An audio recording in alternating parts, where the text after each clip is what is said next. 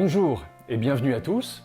Nous sommes heureux de vous accueillir pour le 3e dimanche consécutif pour vivre ensemble ce culte par vidéo interposée, malgré les circonstances, malgré notre éloignement et le fait que nous ne nous voyons pas.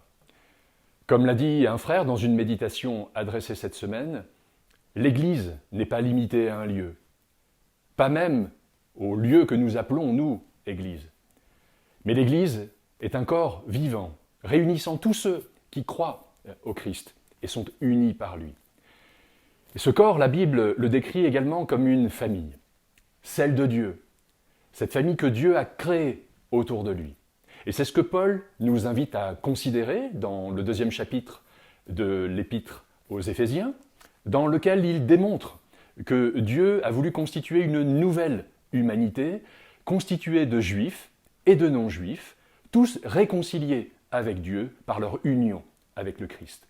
Et au verset 17, il conclut comme suit : « Ainsi, il est venu annoncer la paix à ceux qui étaient loin, et la paix à ceux qui étaient proches. Car grâce à lui, nous avons accès, les uns comme les autres, auprès du Père par le même Esprit. Voilà pourquoi vous n'êtes plus des étrangers ou des résidents temporaires. Vous êtes concitoyens, des membres du peuple saint.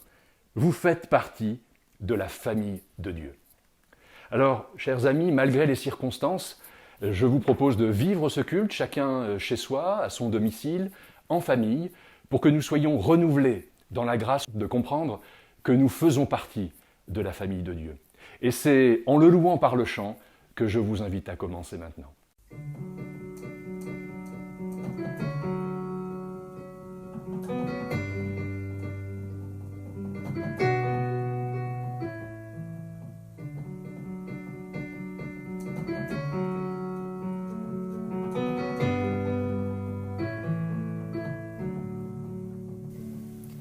Gloire à ton nom, gloire à ton merveilleux nom, Jésus. Gloire à ton nom, gloire à ton précieux nom, Jésus.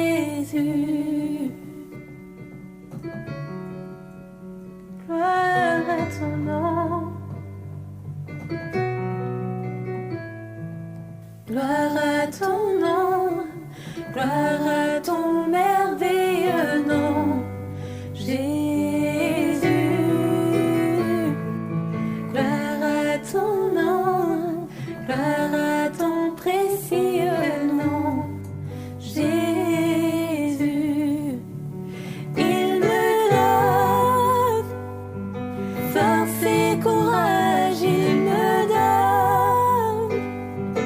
amour et paix, il me donne puissance et autorité.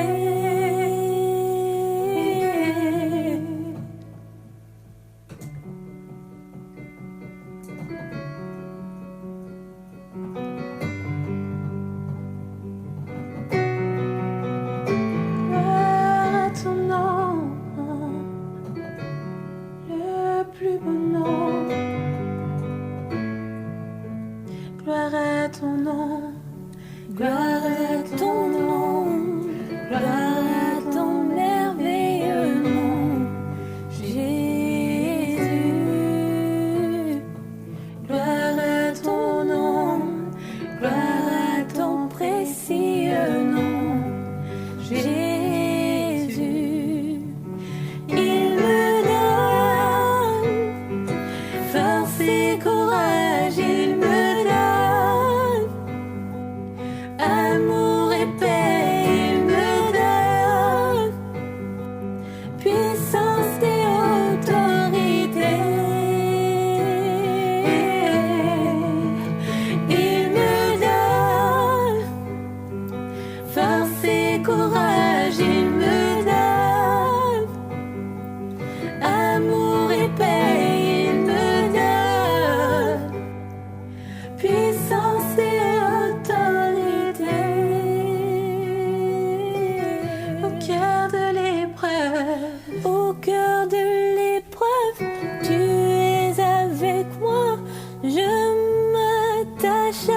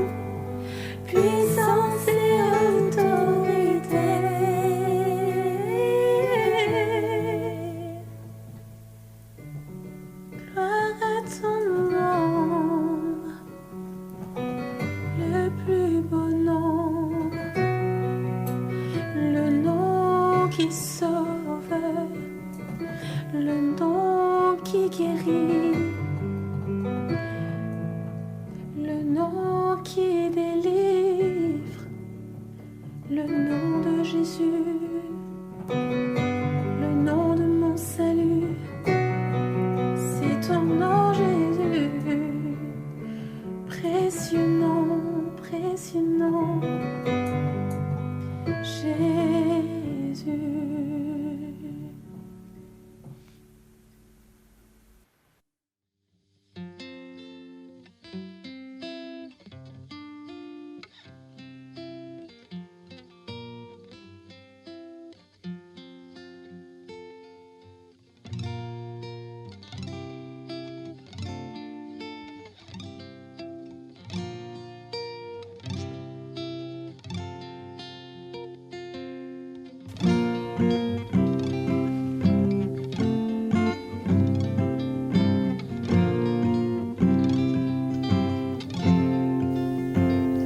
Ta parole est la vérité,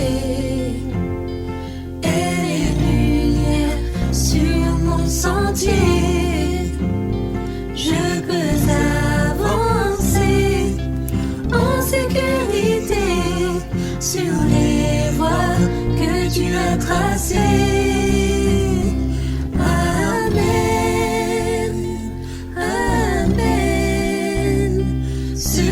Ta bouche a dit, ta main l'accomplit. Amen, amen. Loué soit l'Éternel.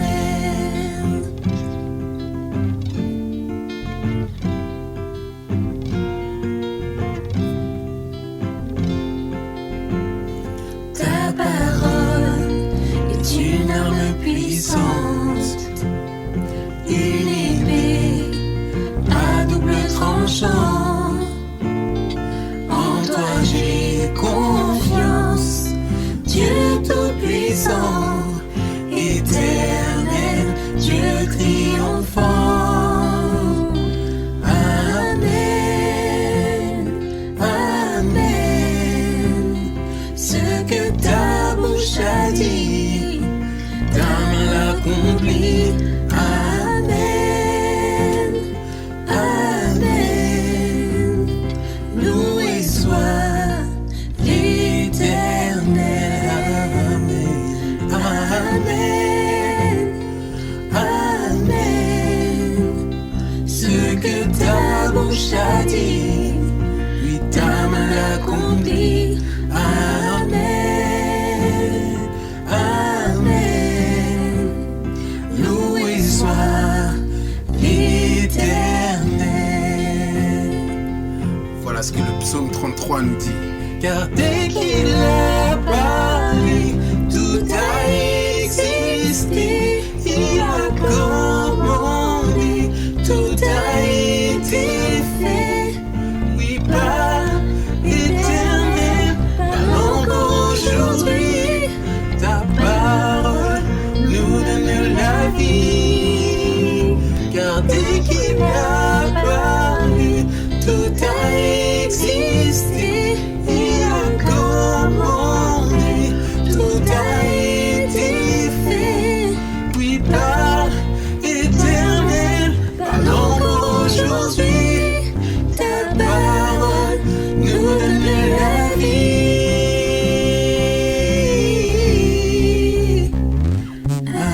Amen, amen.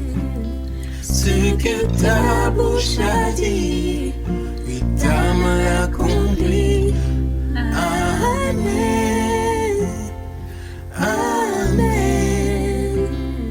Qu'il en soit fait ainsi. Qu'il en soit fait ainsi. Qu'il en soit fait ainsi. Qu'il en soit fait ainsi. Qu'il en soit fait ainsi. Qu'il en soit fait ainsi.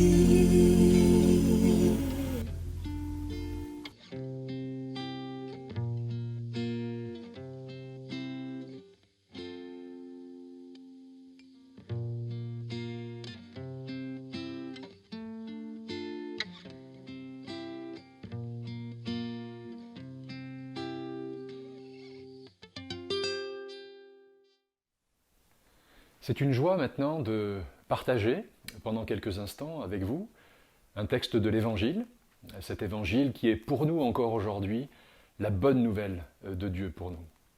Et plus précisément, je vous propose un texte de l'Évangile de Matthieu, au chapitre 8 et au verset 23. Dans la plupart des versions de vos Bibles, ce passage est titré « Jésus calme la tempête » ou « Jésus plus fort que la tempête ».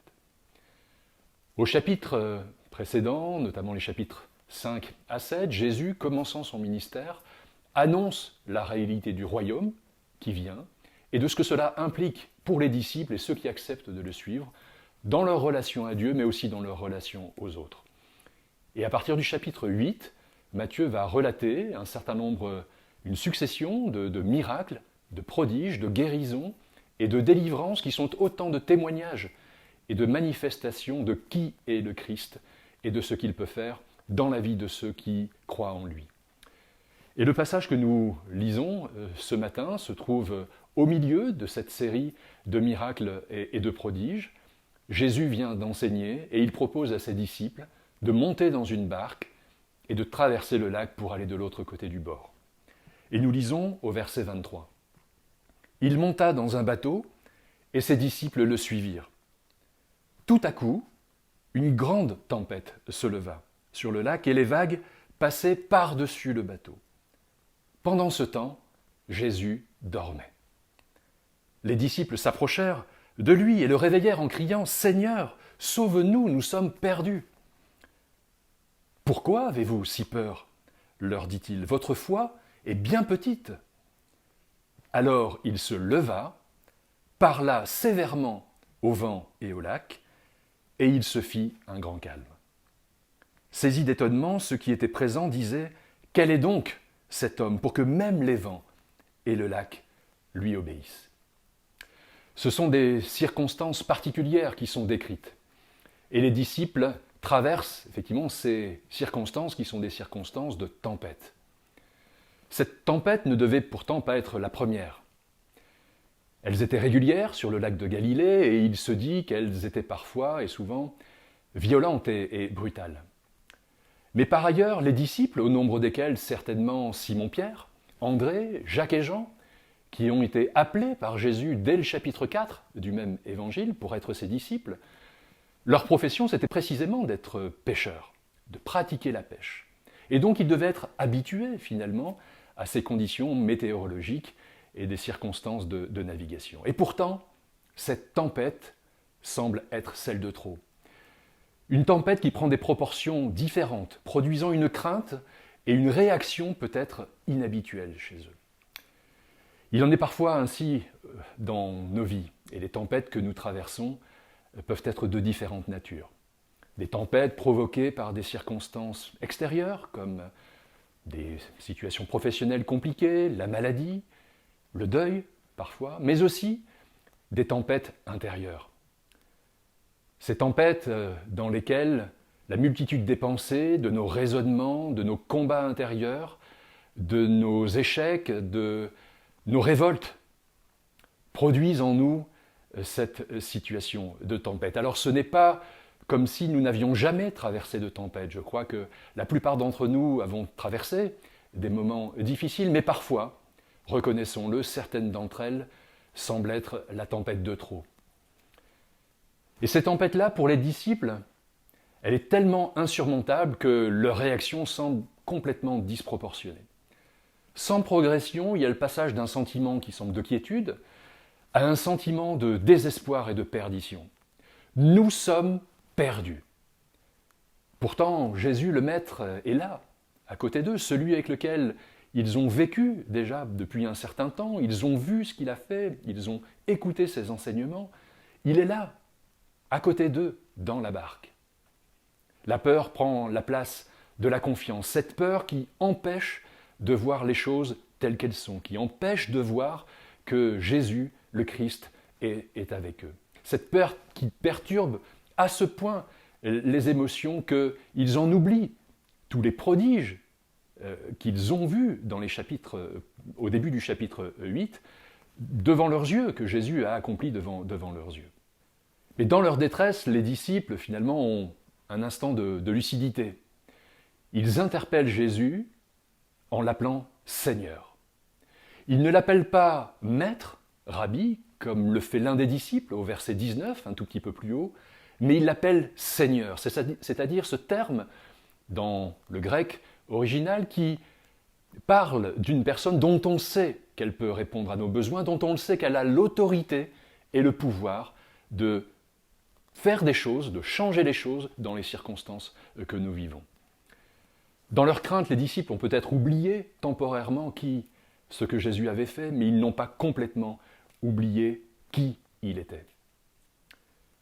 Et Jésus, dans ces circonstances, comme souvent, réagit de deux manières. La première, c'est qu'il pose une question. Pourquoi avez-vous si peur ? Il ne juge pas, il ne les accuse pas, il les questionne pour les renvoyer finalement à ce qu'ils sont en train de vivre. Pourquoi avez-vous si peur ? C'est-à-dire, mais ne voyez-vous pas que je suis là, à côté de vous ? Moi, le Seigneur, que vous avez reconnu, que vous avez suivi, vous m'avez vu agir, vous m'avez vu accomplir des miracles, et je suis là, avec vous, dans la barque. Et la deuxième manière de répondre de Jésus, c'est qu'il explique, il parle de la source du problème. Et cette source du problème, c'est la foi, c'est-à-dire la confiance. Et pour le coup, le manque de foi, le manque de confiance. Votre foi est bien petite. La raison de la peur démesurée des disciples ne vient pas tant des circonstances elles-mêmes, mais dans le fait qu'ils ne reconnaissent pas à ce moment-là que Jésus qui est avec eux est pleinement capable de répondre à leurs besoins. En réponse à la peur et aux cris des disciples, on est étonné par la sobriété du verset suivant. Jésus, le Fils de Dieu, ne se contente pas de rassurer, de questionner, d'interpeller, mais il agit. Et le verset dit ceci, il se leva, il parla, et sa parole même produit quelque chose, le calme revient. Chers amis, toute la Bible parle de ce que Dieu dit et de ce que Dieu fait, ou plutôt que ce que Dieu dit, il le fait. Dès la Genèse, Dieu parle, et par sa parole, les choses se créent. Le roi Salomon et le prophète Ézéchiel, chacun à leur manière, dans les Chroniques et dans Ézéchiel 12, 25, disent que ce que Dieu dit, son bras l'accomplit. Le prophète Jérémie, pour sa part, proclamera que Dieu veille sur sa parole pour l'accomplir. Alors, savons-nous ce matin ou avons-nous oublié que Dieu est assez puissant pour calmer nos tempêtes ? Croyons-nous que par sa parole, cette même parole par laquelle il a créé l'univers, peut accomplir des miracles dans nos vies, peut répondre à nos besoins, peut calmer nos tempêtes, qu'elles soient extérieures et intérieures. Mais pour cela, nous devons faire quelque chose, nous devons le laisser se lever dans notre barque, nous devons le laisser parler, nous devons le laisser agir. Alors voilà, vous pensez peut-être ce matin que la tempête qui fait rage dans votre vie est celle de trop. Vous en avez vécu déjà un certain nombre, mais celle-ci est trop importante, est trop intense pour pouvoir être soutenue, pour pouvoir être vécue paisiblement. Il semble que tout est susceptible de disparaître. Et je veux croire ce matin que chez vous, au milieu de votre famille, au milieu de la tempête que vous traversez, Jésus peut se manifester pour calmer la tempête qui secoue votre vie. Je veux également croire que dans ces temps particuliers, Dieu peut et va manifester sa grâce aussi d'une manière particulière pour chacun d'entre nous. Parce que si nous croyons dans sa parole qui nous dit que toute chose concourt au bien de ceux qui aiment Dieu, alors nous pouvons aussi croire que tout ce que nous vivons ou les tempêtes que nous vivons nous aident, concourent à notre bien en ce sens qu'elles nous aident à comprendre davantage qui est Dieu, à progresser dans notre foi et dans notre vie avec lui. Alors je vous propose pour terminer, et si vous le voulez, vous pouvez le faire avec moi, une prière que vous pouvez dire avec moi, ou vous pouvez utiliser aussi vos propres mots, et je vous invite au recueillement. Seigneur Jésus, toi qui connais toutes choses, je sais que tu connais aussi la tempête de ma vie. Tu connais la détresse de mon cœur. Tu connais aussi mes doutes qui me font croire et dire que tout semble désespéré. Mais je sais aussi que tu es mon Dieu, mon Sauveur et mon Seigneur. Je sais que tu es celui qui par une parole peut me calmer, me libérer de ma peur et de mes craintes. Je sais que ta parole est la vérité et que tes promesses sont certaines. Alors ce matin, je te demande de venir prendre toute la place dans ma vie. Je veux te laisser intervenir dans mon cœur pour que tu y poses ta paix. Je crois que tu es celui qui peut tout et qu'à toi rien n'est impossible. Je crois que par la grâce de ton amour, tu calmes ma peur. Amen.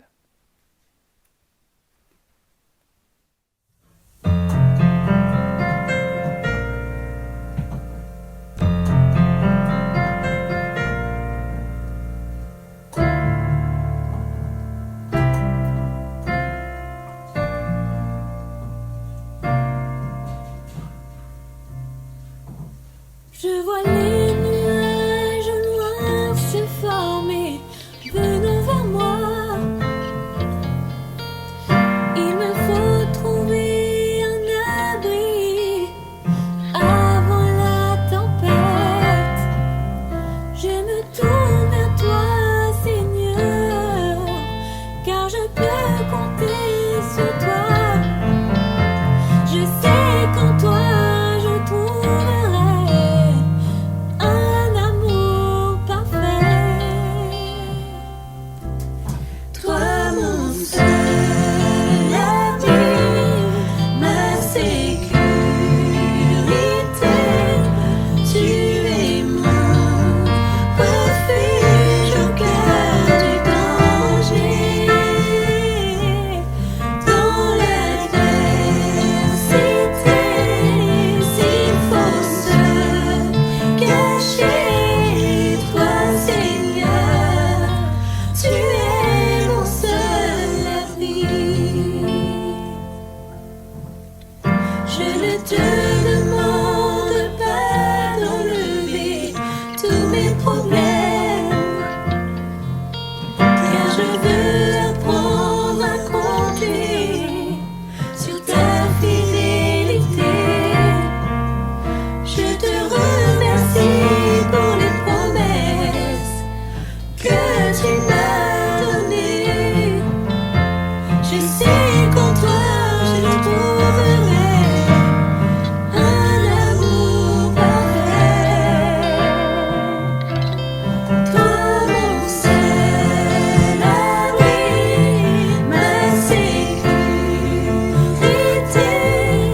tu es mon refuge au cœur du danger. Dans l'adversité, s'il faut se cacher, toi Seigneur, tu es mon seul abri. Cherche le Seigneur, il est près de nous,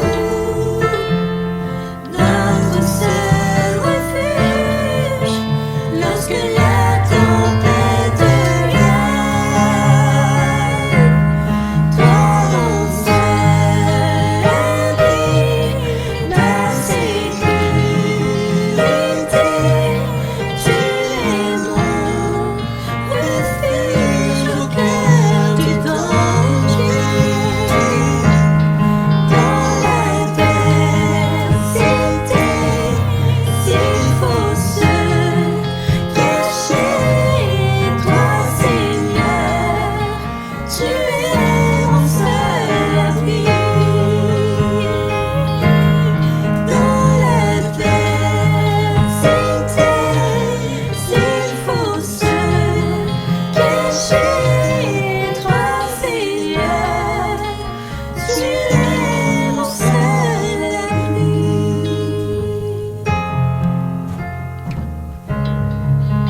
Tu es mon seul abri.